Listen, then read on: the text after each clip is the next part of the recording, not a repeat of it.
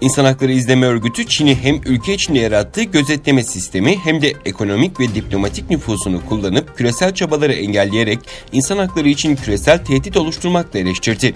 Çin tarafından Hong Kong'a girişine izin verilmeyen direktör Kenneth Roth, örgütün 2020 Dünya raporunu Birleşmiş Milletler Genel Merkezi'nde düzenlediği basın toplantısında açıkladı. Çin'in Sincan Uygur Özerk Bölgesi'ndeki Uygurlara yönelik baskı ve insan hakları ihlallerine değinen ve özellikle Müslüman ülkeleri, İslam İşbirliği Teşkilatı'nı ve Birleşmiş Milletler Genel Sekreteri Antonio Guterres'i Çin hükümetine karşı sessiz kalmakla eleştiren Roth, örneğin İslam İşbirliği Teşkilatı Sincan'daki Uygurlara baskıya karşı Çin hükümetini protesto etseydi, Çin'in 57 ülkeye misilleme yapması gerekecekti. Çin ekonomisi tüm dünyayla boy ölçüşemez diye konuştu.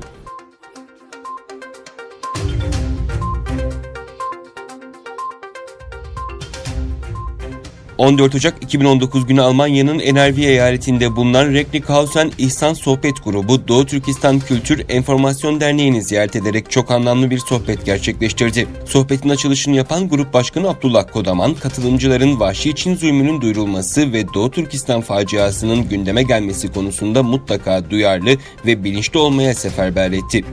Ardından Doğu Türkistan Kültür Enformasyon Merkezi Başkanı Abdülcelil Karakaş konuşmasında son zamanlar Batı dünyasının Doğu Türkistan konusunda hassasiyet göstermekte olduklarına rağmen Müslüman dünyasının sessiz ve duyarsız kalmasından dolayı kendisinin çok üzüntü duyduğunu ifade etti. Almanya gündemindeki artan Doğu Türkistan duyarlılıklarını ise takdir etti.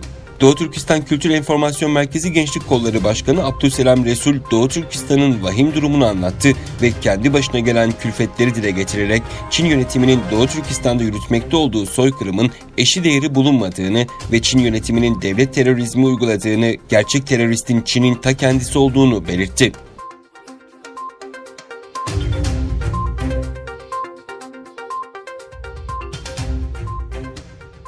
Doğu Türkistan'da Neler Oluyor isimli konferans Beyazıt'ta bulunan Türk Edebiyat Vakfı binasında gerçekleşti.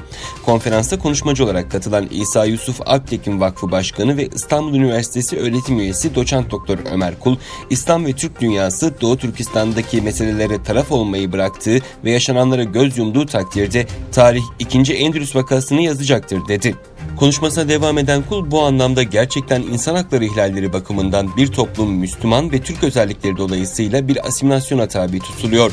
Bizim 30 ila 35 milyon dediğimiz Müslüman Türk burada bugün yok edilmek, bir soykırıma maruz kalmak üzere ve bütün insan olan herkesin insanlık onuru varsa bırakın milyonlarca insanı, bir kişinin dahi rızası dışında bir işe muhatap olması düşünülemez ifadelerini kullandı.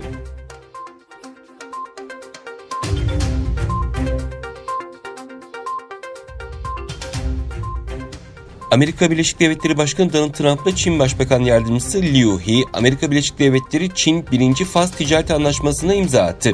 ABD Başkanı Donald Trump, Beyaz Saray'da canlı yayında düzenlenen törende açıklamalarda bulundu.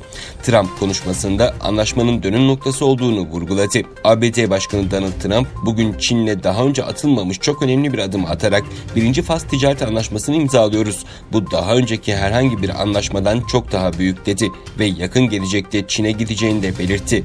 Trump, 2. faz anlaşma için çalışmalara başladıklarını ancak 3. faz gibi bir sürecin söz konusu olmadığını vurguladı. ABD ve Çin arasındaki ticaret savaşı, ABD Başkanı Trump'ın Mart 2018'de Çin'den ithal edilen bazı ürünlere yaptığı ilave tarifelerle başlamıştı.